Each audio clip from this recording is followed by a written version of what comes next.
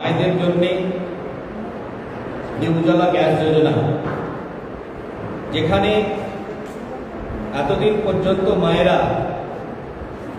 কাঠের জ্বালানিতে ধোঁয়াতে চোখ পুড়ে যেত, সেখানে উনি সব বাড়িতেই উজালার গ্যাস কানেকশন দিয়েছেন। এমনকি করোনা পরিস্থিতিতে সেখানেও 3টি করে গ্যাস ফ্রি দিয়েছে। আজকে সারা ভারতবর্ষ জুড়ে প্রায় প্রত্যেক বাড়িতেই উজালা গ্যাস যোজনা মানুষ উপকৃত হয়েছে। তার সাথে সাথে প্রধানমন্ত্রীর যে আবাস যোজনা, সেই আবাস যোজনায় গরিব মানুষ, যাদের মাথার উপরে ছাদ নাই, যারা দুবেলা ঠিক মতো খেতে পাচ্ছিল না, সেই সমস্ত বাড়িতে আমরা প্রধানমন্ত্রীর আবাস যোজনা ফল দিয়েছি। তার সাথে সাথে বিভিন্ন ধরনের প্রকল্প কৃষকদের জন্য কিষাণ সম্মান নিধির ব্যবস্থা করেছেন। যাদের 1 থেকে 1 একরের ওপর যাদের জমি, সমস্ত 1 শতক থেকে শুরু করে সমস্ত কৃষকদেরকে উনি কিষাণ সম্মান নিধি দিয়েছেন। এরকম হাজারো যোজনা আছে, মাতৃবন্দনা যোজনা, সুকন্যা সমৃদ্ধি যোজনা। আপনারা একটু খেয়াল করলেই দেখতে পাবেন সমস্ত স্তরের মানুষদের জন্য উনি অনেক যোজনা, অনেক প্রকল্প শুরু করেছেন, যেগুলো সারা ভারতবর্ষের মানুষ আজ উপকৃত হয়েছে বা হচ্ছে। তার সাথে সাথে আয়ুষ্মান যে প্রকল্প, সেটা সারা ভারতবর্ষ জুড়ে লাগু ছিল, সেটা পশ্চিমবঙ্গে ছিল না। আপনারা জানেন পশ্চিমবঙ্গের টিএমসি সরকার কোন রকম কেন্দ্রীয় সরকারের কাছে এজেন্সি পাঠায়নি, যার কারণে এই পোর্টালটা শুরু করতে আমাদের দেরি হয়েছিল, শাসক ক্ষমতায় আমরা ছিলাম না। সেই আয়ুষ্মান প্রকল্প আর 2-1 দিনের ভেতরে চালু হয়ে যাবে। যে প্রকল্পে যে কার্ডটা আমরা আপনাদেরকে দেওয়া হবে বা দেবো, তাতে ভারত সরকারের 5 লক্ষ টাকার বীমা থাকবে। আপনারা এই কার্ড নিয়ে সারা ভারতবর্ষ ব্যাপী চিকিৎসা করতে পারবেন। সুতরাং মোদী সরকারের এই যে জনকল্যাণমুখী কাজ, সেই কাজ সাধারণ মানুষ ভীষণভাবে উপকৃত হয়েছে। আগামী দিনে এই ধরনের আরো প্রকল্প আসবে, যে প্রকল্পগুলো দরিদ্র, শোষিত, বঞ্চিত মানুষের উপকারে আসবে। বিশ্বাসের ক্ষেত্রে আজকে যশস্বী প্রধানমন্ত্রী নরেন্দ্র মোদীজি আন্তর্জাতিক ক্ষেত্রে একটা আস্থা অর্জন করেছেন। আজকে বিশ্বের 1 নম্বর নেতা হিসাবে সারা বিশ্ববাসী নরেন্দ্র মোদীজিকে এক ডাকে, এক নামে চেনে। শুধু তাই নয়, বিভিন্ন আন্তর্জাতিক ক্ষেত্রে জটিল সমস্যা সমাধানের ক্ষেত্রেও আজকে প্রধানমন্ত্রী নরেন্দ্র মোদীজির পরামর্শ অত্যন্ত গুরুত্বপূর্ণ। বিভিন্ন আন্তর্জাতিক সংস্থা মোদীজির ওপর আস্থা ভরসা রাখছেন। অর্থনৈতিক দিক থেকে আমরা 4র্থ স্থানে পৌঁছে গেছি। আগামী দিনে আমরা রাষ্ট্রপুঞ্জে স্থায়ী সদস্য পদ লাভ করব, সেই দিকেও আমাদের প্রয়াস চলছে। সুতরাং বিশ্বাসের ক্ষেত্রে, আস্থার ক্ষেত্রে যশস্বী প্রধানমন্ত্রী নরেন্দ্র মোদীজি আন্তর্জাতিক স্তরে একটা প্রভাবী এবং বিখ্যাত নাম, যে নামটা ভারতবর্ষের কোনো নেতৃত্ব এর আগে এ পর্যন্ত পায়নি। তাই সারা পৃথিবীব্যাপী সবচেয়ে বৃহত্তম গণতান্ত্রিক দেশ ভারতবর্ষ আর সবচেয়ে বৃহত্তম রাজনৈতিক দল বিজেপি, তার প্রতিনিধি স্বরূপ নরেন্দ্র মোদীজি বিশ্বের দরবারে এখন 1 নম্বর ব্যক্তি। তার সাথে সাথে আমরা যে সমস্ত জন উন্নয়নের যে কাজ আমরা করেছি, প্রতিরক্ষা ক্ষেত্রে যে উন্নতি হয়েছে, আজকে প্রতিবেশী দেশ বাংলাদেশ তারা বুঝে গেছে যে ভারতবর্ষে মোদীজি সরকারে থাকাকালে যেভাবে বিভিন্ন দেশ থেকে ভারতবর্ষের ওপরে একটা গুপ্ত সন্ত্রাস চালিয়ে যেত, মোদীজি আসার পর থেকে সেই সমস্ত সন্ত্রাস বন্ধ হয়েছে। আপনারা কাগজে কলমে সেটা দেখতে পাচ্ছেন এবং বাস্তব অনুভব করেছেন। আজকে বর্ডারের ক্ষেত্রে যেখানে ইচ্ছা মতো বিভিন্ন দেশ থেকে ভারতবর্ষে প্রবেশ করত, আজকে সেটা বন্ধ হয়েছে। প্রতিরক্ষা সামগ্রী কেনার ক্ষেত্রে আমরা বিভিন্ন দেশের সাথে চুক্তিবদ্ধ করেছি, কিন্তু ভারতবর্ষের প্রতিরক্ষার যে সরঞ্জাম সেগুলো বিভিন্ন দেশ আজকে ভারতবর্ষের কাছ থেকে কিনতে চাইছে। সুতরাং শুধু প্রতিরক্ষার দিক থেকে নয়, অর্থনৈতিক দিক থেকে শুরু করে সমস্ত ক্ষেত্রে ভারতবর্ষ আর উন্নয়নশীলের মধ্যে থেকে না থেকে উন্নত দেশের থেকে আরো এক ধাপ এগিয়ে চলেছে। তাই উনি যে স্লোগান দিয়েছিলেন, সবাইয়ের সাথে সবাইয়ের বিকাশ, সবাইয়ের বিশ্বাস এবং সবাইয়ের প্রয়াস, এই যে মহত্বপূর্ণ স্লোগান, সেটা আজকে সারা ভারতবর্ষ ব্যাপী বিচ্ছুরিত হয়েছে। তাই আগামী যে 12 বছর মোদীজি নারী শক্তিকে যেভাবে এগিয়ে নিয়ে আসছে, আগামী দিনে এই মাতৃ শক্তি সারা ভারতবর্ষের বিভিন্ন ডিপার্টমেন্ট তারা নিজের ক্ষমতাকে সামলাবেন, সেদিকেও আমরা এগিয়ে চলেছি। যে মহান লক্ষ্য আমাদের আছে, পরম বৈভবশালী ভারতবর্ষ, বিজেপির পরিভাষায় যেটা আমরা বলি বিকশিত ভারত, সেই বিকশিত ভারতের দিকেও আমরা এগিয়ে চলেছি। আমরা জানি মোদীজি বিভিন্ন লোকাল প্রোডাক্টের উপর যেভাবে গুরুত্ব দিয়েছেন, উনি মন কি বাত অনুষ্ঠানের মধ্য দিয়ে মানুষের কাছে লোকাল পর ভোকালের উপর গুরুত্ব দিয়ে, সেখানকার উৎপন্ন দ্রব্যের উপর গুরুত্ব দিয়ে সেটা যাতে বাজারজাত করা যায় তার উপর গুরুত্ব দিয়েছেন।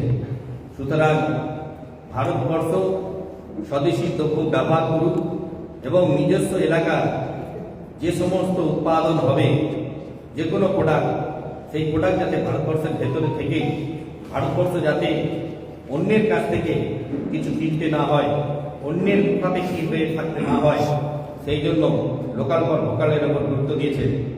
আজকে আমরা স্বদেশী দ্রব্য ব্যবহার, তার সাথে সাথে লোকাল উৎপাদনের উপর যদি গুরুত্ব দিই, বিকশিত ভারতের লক্ষ্যে নরেন্দ্র মোদীজি এই যে দীর্ঘ 12 বছরের ইতিহাসে যে ধারাবাহিকভাবে যেভাবে দেশের দশের কল্যাণের জন্য নিজেকে উৎসর্গ করেছেন, রাষ্ট্রপ্রধান হিসাবে তিনি, রাষ্ট্র প্রথম হিসাবে যিনি সংকল্প নিয়েছেন, সেই সংকল্পে এক ধাপ উনি সম্পূর্ণ করেছেন। আগামী কয়েকদিনের ভেতরেই ভারতবর্ষ আবার জগৎ সভায় শ্রেষ্ঠ আসন লবে, সেই যে কবির উক্তি, সেটা সম্পূর্ণ হবে। আপনারা দেখতে পাবেন, আপনারা দেখতে থাকুন। আগামী দিনে নতুন প্রজন্মের জন্য ভারতবর্ষ কিভাবে উন্নত রাষ্ট্রের দিকে যাচ্ছে, সেদিকে আমাদেরও লক্ষ্য থাকবে, আপনারাও লক্ষ্য রাখবেন। ভারতবর্ষ এখন এগিয়ে চলেছে, ভারতবর্ষ আরও এগিয়ে যাবে। দাদা আজকে প্রাক্তন যে পৌরপ্রধান তাকে আরামবাগ আনা হচ্ছে কেরালা থেকে গ্রেপ্তার করে, এরকম তো অনেকে যুক্ত আছে, তাদের কিভাবে চিহ্নিতকরণ হবে? যতটুকু আমরা তথ্য সংগ্রহ করতে পেরেছি, যেভাবে ওনারা দুর্নীতি করেছে, সেই দুর্নীতি পাপে পরিপূর্ণ হয়ে গেছে। তাই বাপকেও ছাড়ে না, এই যে স্লোগান আছে সেটা আজকে কার্যকরী আপনারা দেখতে পাবেন। এই ধরনের আরও যদি কোনো নেতা করে থাকে তারও ভাগে একই কাজ হবে, একটু দেখতে থাকুন। সম্পূর্ণ সবুজ আমরা যখন পাব তখনই পূর্ণভাবে আরও যে সমস্ত নেতারা নিজেদেরকে লুকিয়ে রেখেছে, পাপ কর্ম করেছে, তাদেরও শাস্তি হবে। আজকে শুধু স্বপনদার ক্ষেত্রেই নয়, এইরকম অনেক নেতা আছে, তারাও কারাগারে যাবে। গোঘাট 1 নম্বর ব্লকের বনভূমি কর্মাধ্যক্ষ সঞ্জয় খান বিভিন্ন অভিযোগে গ্রেপ্তার হয়েছে, কি বলবেন? পুরো তৃণমূলটাকে চলছিল। এর আগেও বলেছিলেন আমাদের মুখ্যমন্ত্রী যে কারাগারে সেল আরো আরামভাবে বাড়ছে, যেখানে 200-300 লোক রাখা হয় সেখানে 400 লোক রাখা হয়। কারণ তৃণমূলের ছিটে ফোটা থেকে আরম্ভ করে তারা যেভাবে সরকারের পয়সা হজম করেছে, বাকি জীবনটা বলে তাদের কারাগারে রাখা হবে। সুতরাং গোঘাট, আরামবাগ, হরিপাল, তারকেশ্বর যত নেতা আছে, যারাই দুর্নীতি করেছে, যারাই পাপ কাজ করেছে, যুক্ত আছে, তারা সকলে শাস্তি পাবে। দাদা আপনার কাছে যেটা প্রশ্ন, সেটা হচ্ছে সঞ্জয় খান যখন আপনি প্রচারে গিয়েছিলেন তখন তার নেতৃত্বেই, আপনি বারবার বলেছেন তার নেতৃত্বেই আপনার গাড়ি ভাঙচুর হয়েছিল, সেই কারণেই কি গ্রেপ্তার, কি মনে হচ্ছে? দেখুন, আমি তো আমাদের মিডিয়ার মাধ্যমে জানতে পারলাম যে সঞ্জয় খান গ্রেপ্তার হয়েছে গোঘাটে। অ্যাকচুয়ালি গোঘাটে তৃণমূল কংগ্রেসে একেবারে ভূস্তর থেকে ব্লক স্তর পর্যন্ত যে সমস্ত কার্যকর্তা বা নেতৃত্ব ছিল, তারা তো করাপশনে পুরো ডুবে আছে। দুর্নীতি এবং বিভিন্ন দুর্নীতিকারী কাজের সঙ্গে পুরোপুরি সবাই যুক্ত ছিল। আপনারা দেখেছেন গোঘাটে বিগত 4-5 দিন ধরে একাধিক তৃণমূলের নেতারা পুলিশের জালে ধরে পড়ছে। তো এটা কিন্তু বিজেপি থেকে কিছু করছে না, এটা যেটা করছে সাধারণ মানুষ, যাদের টাকা লুট করেছে, যাদেরকে মেরেছে, 21 সালে ভোট পরবর্তী হিংসায় যারা আক্রান্ত, তারা অভিযোগ করছে, তার অভিযোগের ভিত্তিতে এসেছে সরকারিভাবে পরে পঞ্চায়েত সমিতি, জেলা পরিষদ তথা সরকারি সমস্ত যে কাজকর্ম হয়েছে বিগত সরকারের আমলে, সেখানে একাধিক দুর্নীতির অভিযোগ আছে। সেই দুর্নীতি সরকারিভাবে তদন্ত হবে, আর কেউ কোনো তৃণমূলের নেতা সেইখান থেকে রেহাই পাবে না। যদি দোষী সাব্যস্ত হয়, মানে দুর্নীতিতে অভিযুক্ত হয়, তাকে আইনের মধ্য দিয়ে তাকে ফেস করতে হবে। মিতালি বাগকে পুলিশ প্রোটেকশন দেওয়া হচ্ছে বাড়িতে, কি বলবেন? উনি তো আরামবাগের সাংসদ আছে, গণতন্ত্রে এটাই তো স্বাভাবিক। একজন জনপ্রতিনিধিকে সরকারি শাসন পুলিশ তাকে তো প্রোটেকশন দেবে, এটাই তো নিয়ম। সাংবাদিকরা গেলেও বলা হচ্ছে যে পুলিশের কাছে খবর ওটা যাচ্ছে তো ওনার রুচিতে পারে, উনি বলছেন, আমি তো বলছি মিতালি বাগ কি বলে আর কি করে তাতে আমার যায় আসে না, আমাদের বিজেপির কোনো যায় আসে না। মিতালি বাগকে খায় না পালায় না। আমার প্রশ্ন সুশান্ত দার কাছে যে আপনারা 208টা পেয়েছেন বিধানসভায়, দিলীপবাবুও ভোটের সময় প্রচারের সময় বলেছেন, শ্রমিকবাবুও বলেছেন যে কোনো দাগি তৃণমূল মানেই চোর, সব তৃণমূল মানেই চোর। তাহলে যদি সব তৃণমূল চোর হয়, সব দুর্নীতিগ্রস্ত হয়, তাহলে তাদেরকে লোকসভায় বলুন আর বিধানসভায় বলুন আলাদাভাবে একটা শেল্টার দেওয়া হচ্ছে কেন? এটা বিরোধীদের বক্তব্য। যদি আমাদের দলের নেতারা যদি কারাপ্টেডই হয়, তাহলে তাদেরকে দিয়ে আলাদা বিরোধী দলনেতা সিলেক্ট করা হচ্ছে, বিধানসভায় 20 জনকে আলাদা স্বীকৃতি দেওয়া আছে, এটা কেন হবে? দেখুন, বিধানসভায় স্বীকৃতি দেওয়া হয়েছে, এটা বিধানসভায় যারা থাকেন তারা বলতে পারবেন। আর দ্বিতীয় বিষয় হচ্ছে, এখন এই সময় বাই ইলেকশন করে নির্বাচনটা এগিয়ে আনা আমাদের পক্ষে সম্ভব নয়। সরকার এটা করবে স্বাভাবিকভাবেই।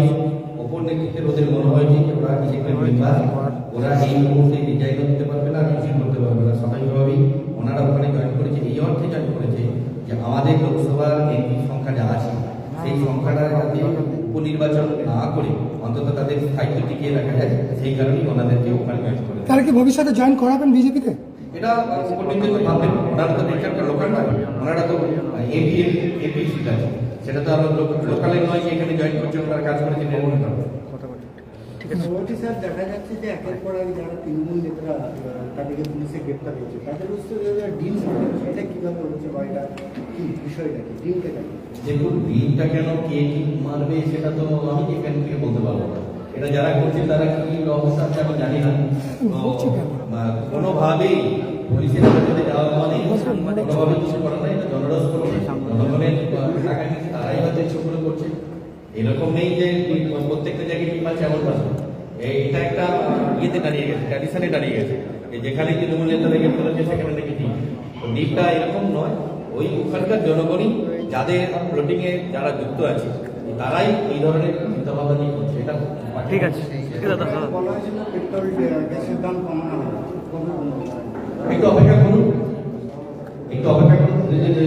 আমরা যে প্রস্তুতি দিয়েছি যেগুলো চালু হয়েছে সুশান্ত দা, অত্যাধুনিক সুসজ্জিত লজ সানা লজ আরামবাগের চন্দ্রবান হাই স্কুল ও পুরসুরার দিগুড়িঘাটের মধ্যবর্তী লঘু চকের মনোরম প্রাকৃতিক পরিবেশে গড়ে উঠেছে এই অনন্য ঠিকানা। বিবাহ, অন্নপ্রাশন, এনগেজমেন্ট বা যে কোনো সামাজিক অনুষ্ঠানের জন্য সর্বাধুনিক ব্যবস্থায় প্রস্তুত সানা লজ। রয়েছে পর্যাপ্ত গাড়ি পার্কিং সহ আধুনিক সব পরিষেবা, সবই আপনার সাধ্যের মধ্যে। আজই বুকিং করুন আপনার স্বপ্নের অনুষ্ঠানের জন্য আপনারই পছন্দের ঠিকানায়।